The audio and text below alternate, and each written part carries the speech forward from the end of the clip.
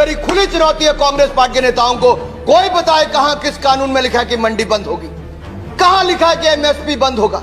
है कोई कांग्रेस के नेता में दम या विपक्षी दल के नेता में दम जो बताए कि किसी कृषि कानून में कहीं पर भी लिखा है कि मंडी बंद होगी, एमएसपी बंद होगी? आपने कहा मंडियां, अनुराग जी ने कहा मंडियां खत्म नहीं हुई, सही बात है। मंडी, इसमें कोई प्रावधान नहीं मंडी समाप्त करने का। 2 मंडियां बन गई हैं, एक निजी मंडी जिसमें टैक्स नहीं लगेगा और एक सरकारी मंडी जिसमें टैक्स लगता है। 2 मंडी, एक देश एक विधान, एक देश एक संविधान, एक देश एक निशान, एक देश एक चुनाव, एक देश एक मार्केट। तो एक देश 2 मंडियां क्यों? किसान ही क्यों मिला आपको? एक मंडी। और ये जो टैक्स आप कह रहे टैक्स मुक्त कर दिया, टैक्स कौन देता है? खरीदार देता है इन मंडियों में टैक्स, किसान नहीं देता। पंजाब में 6.5%, हरियाणा में 4% और सरकार को देता है। हरियाणा पंजाब का आज ग्रामीण इंफ्रास्ट्रक्चर अच्छा क्यों है? हर गांव में अच्छी सड़कें क्यों हैं? क्योंकि ये जो टैक्स जाता है ग्रामीण इंफ्रास्ट्रक्चर और इन मंडियों के और किसानों के विकास के लिए इस टैक्स का इस्तेमाल होता है। इसीलिए आज पंजाब हरियाणा सबसे आगे।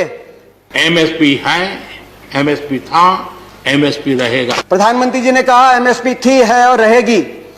ठाकुर जी ने भी कहा कि कोई है किसमें दम जो बताए कि एमएसपी चली जाएगी। सही बात है, एमएसपी थी, है और रहेगी, मगर क्या एमएसपी सभी किसानों को मिलेगी और सभी फसलों पे मिलेगी? प्रश्न इस बात का उठता है। आप में दम है खड़े होकर आप कह दें कि एमएसपी मिलेगी हर किसान को देश में? आज भी शांता कुमार कमेटी बताती है कि मात्र 6% से 16% तक किसानों को एमएसपी मिलती है। बाकी देश में बहुत से ऐसे प्रदेश है जहां पे एमएसपी नहीं मिलती। आपको चाहिए तो यह था जो पंजाब, हरियाणा, पश्चिमी उत्तर प्रदेश में एमएसपी मिलती है वही एमएसपी बिहार में मिले, जहां धान 800 रुपए, 1000 रुपए में जा रहा है, 1800 रुपए में हमारे यहां धान मिल रहा है। आपको चाहिए था कि इसको वहां पे लेके जाएं, मगर आप वहां के किसान को की परिस्थिति हमारे यहां की करने की बजाय हरियाणा पंजाब के किसान की परिस्थिति उस तरह की करने की तरफ लेके जाए। इस देश में माननीय अध्यक्ष जी, दहेज का कानून, दहेज के खिलाफ कानून बने, ये इस देश में कभी किसी ने मांग नहीं की थी, फिर भी देश की प्रगति के लिए कानून बना था। माननीय अध्यक्ष जी, ट्रिपल तलाक, इसके खिलाफ कानून बने, ये किसी ने मांग नहीं की थी, लेकिन प्रगतिशील समाज के लिए आवश्यक है, इसलिए कानून हमने बनाए हैं। हमारे यहां बाल विवाह पर रोक, किसी ने मांग नहीं की थी कानून बनाओ, फिर भी कानून बने थे, क्योंकि प्रगतिशील समाज के लिए आवश्यक होता है। कहा गया कि बिन मांगे दिया गया, और बिन मांगे बहुत से कानून दिए गए थे। बाल कानून बिन मांगे दिया गया था, दहेज कानून, ट्रिपल तलाक बिन मांगे, कई बार अच्छे कानून बिन मांगे भी दिए जाते हैं।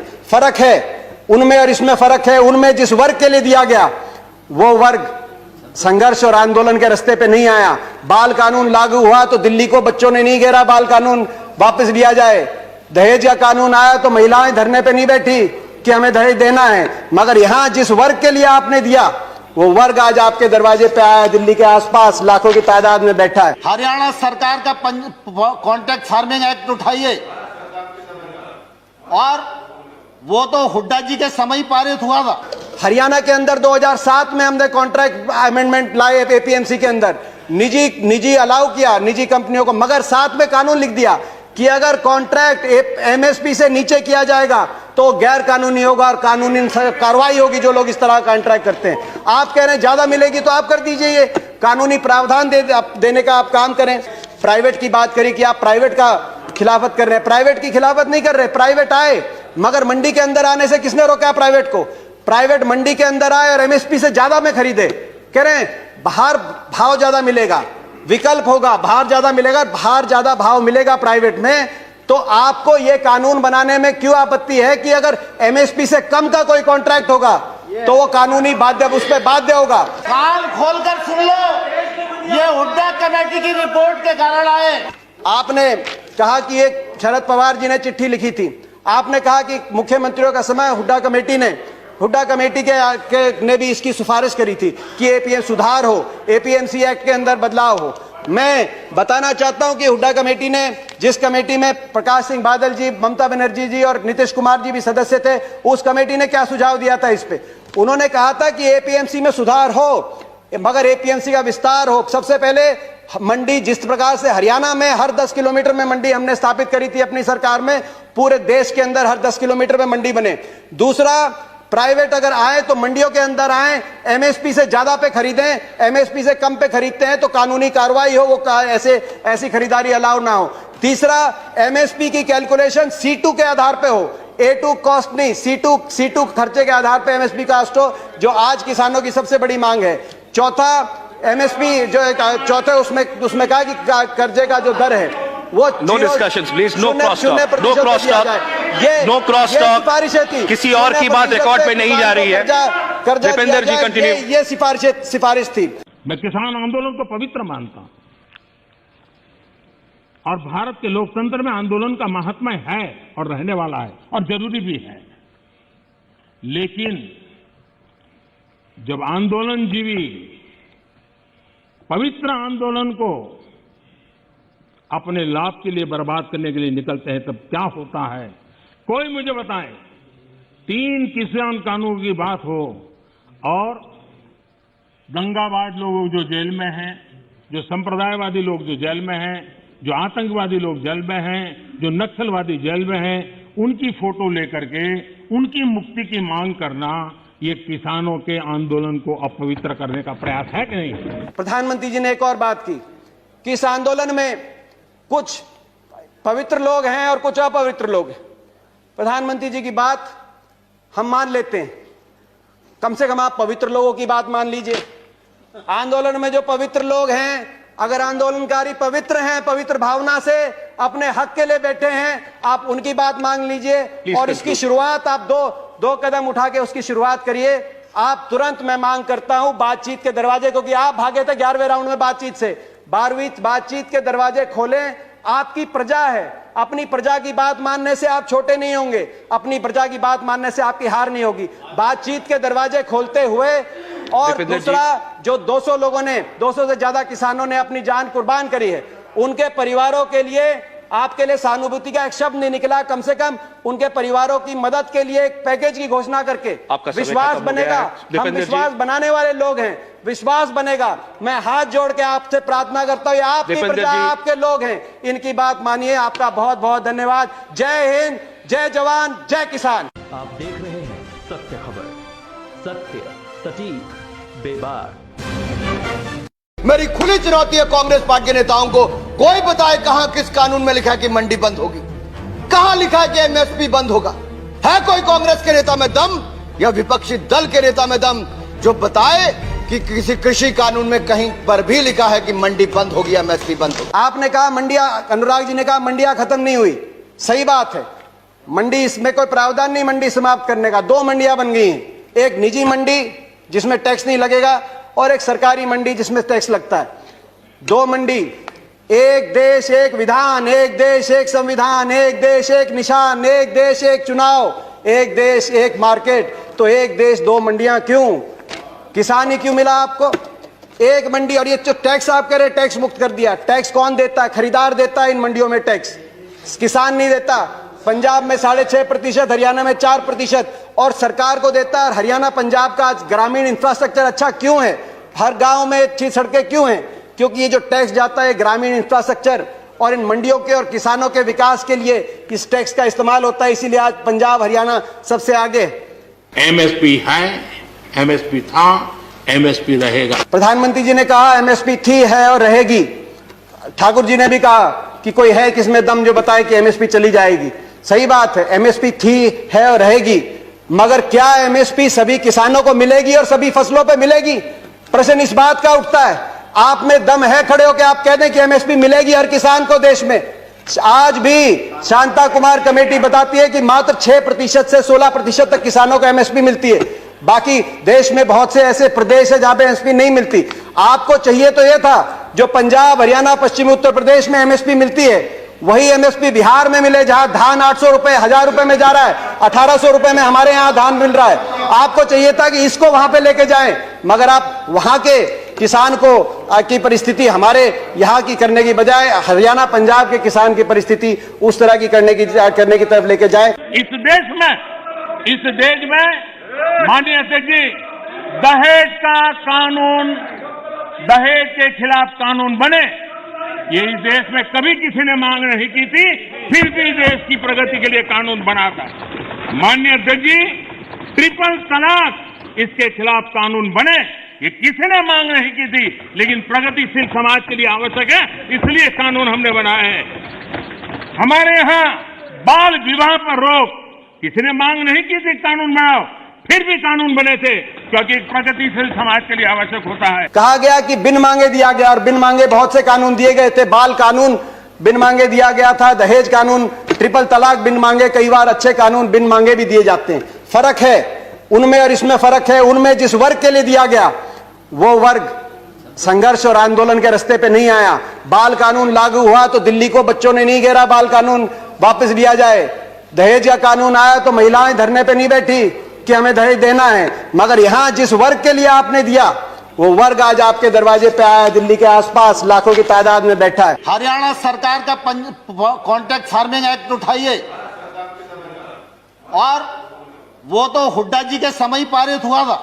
हरियाणा के अंदर 2007 में हमने कॉन्ट्रैक्ट अमेंडमेंट लाए एपीएमसी के अंदर, निजी अलाउ किया निजी कंपनियों को, मगर साथ में कानून लिख दिया कि अगर कॉन्ट्रैक्ट एमएसपी से नीचे किया जाएगा तो गैर कानूनी होगा और कानूनी कार्रवाई होगी जो लोग इस तरह का कॉन्ट्रैक्ट करते हैं। आप कह रहे हैं ज्यादा मिलेगी तो आप कर दीजिए, ये कानूनी प्रावधान देने का आप काम करें। प्राइवेट की बात करी कि आप प्राइवेट का खिलाफत कर रहे हैं, प्राइवेट की खिलाफत नहीं कर रहे। प्राइवेट आए, मगर मंडी के अंदर आने से किसने रोका प्राइवेट को? प्राइवेट मंडी के अंदर आए और एमएसपी से ज्यादा में खरीदे। कह रहे हैं बाहर भाव ज्यादा मिलेगा, विकल्प होगा, बाहर ज्यादा मिलेगा, बाहर ज्यादा भाव मिलेगा प्राइवेट में। तो आपको यह कानून बनाने में क्यों आपत्ति है कि अगर एमएसपी से कम का कोई कॉन्ट्रैक्ट होगा तो वो कानूनी बाध्य, उस पर बाध्य होगा। कान खोलकर सुन लो, ये हुड्डा कमेटी की रिपोर्ट के कारण आए। आपने कहा कि एक शरद पवार जी ने चिट्ठी लिखी थी, आपने कहा कि मुख्यमंत्रियों का समय हुड्डा कमेटी ने भी इसकी सिफारिश करी थी कि एपीएम सुधार हो, एपीएमसी एक्ट के अंदर बदलाव हो। मैं बताना चाहता हूं कि हुड्डा कमेटी ने, जिस कमेटी में प्रकाश सिंह बादल जी, ममता बनर्जी जी और नीतीश कुमार जी भी सदस्य थे, उस कमेटी ने क्या सुझाव दिया था इस पे?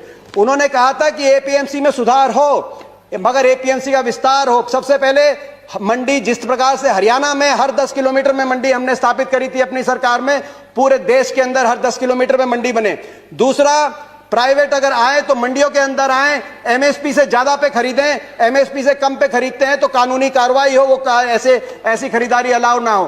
तीसरा, एमएसपी की कैलकुलेशन C2 के आधार पे हो, A2 कॉस्ट नहीं, C2 खर्चे के आधार पे एमएसपी कॉस्ट हो, जो आज किसानों की सबसे बड़ी मांग है। चौथा, एमएसपी जो चौथे उसमें कहा कि कर्जे का जो दर है वो no discussions please, no cross talk, no cross talk, no cross talk. किसी और की बात रिकॉर्ड पे नहीं जा रही है। दीपेंद्र जी कंटिन्यू। ये सिफारिश थी। मैं किसान आंदोलन को पवित्र मानता हूं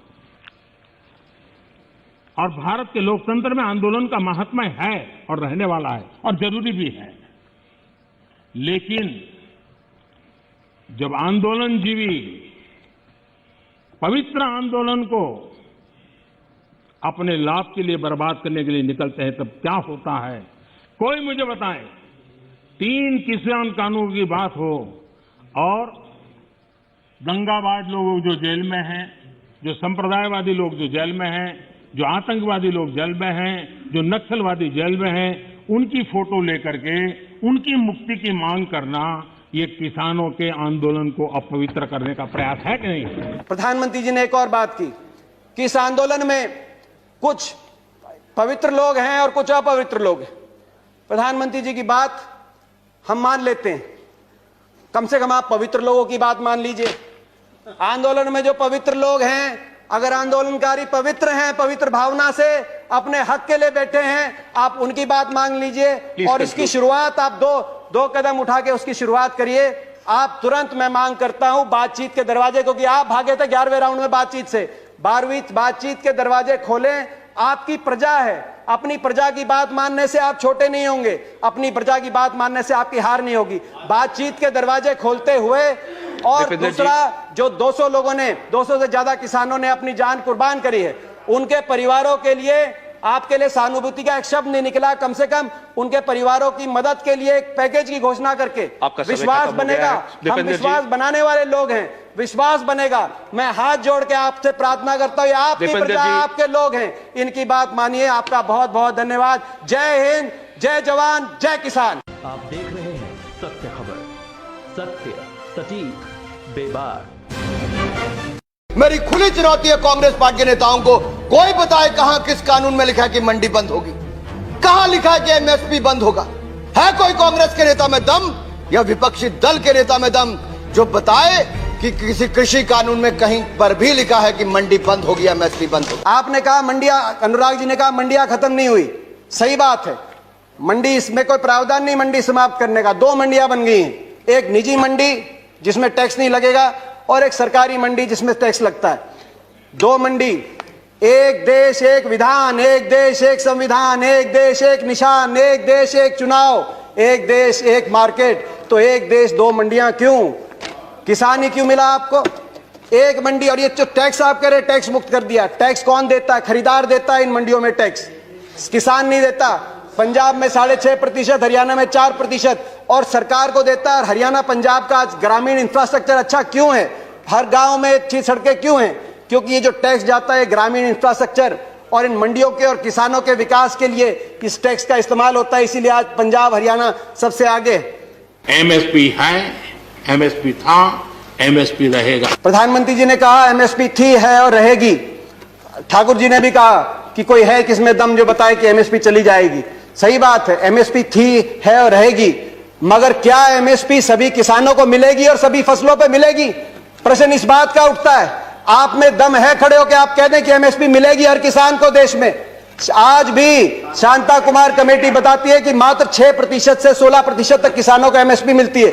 बाकी देश में बहुत से ऐसे प्रदेश है जहां पे एमएसपी नहीं मिलती।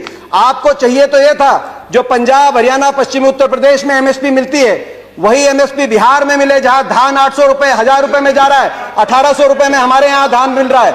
आपको चाहिए था कि इसको वहां पे लेके जाएं, मगर आप वहां के किसान को की परिस्थिति हमारे यहां की करने की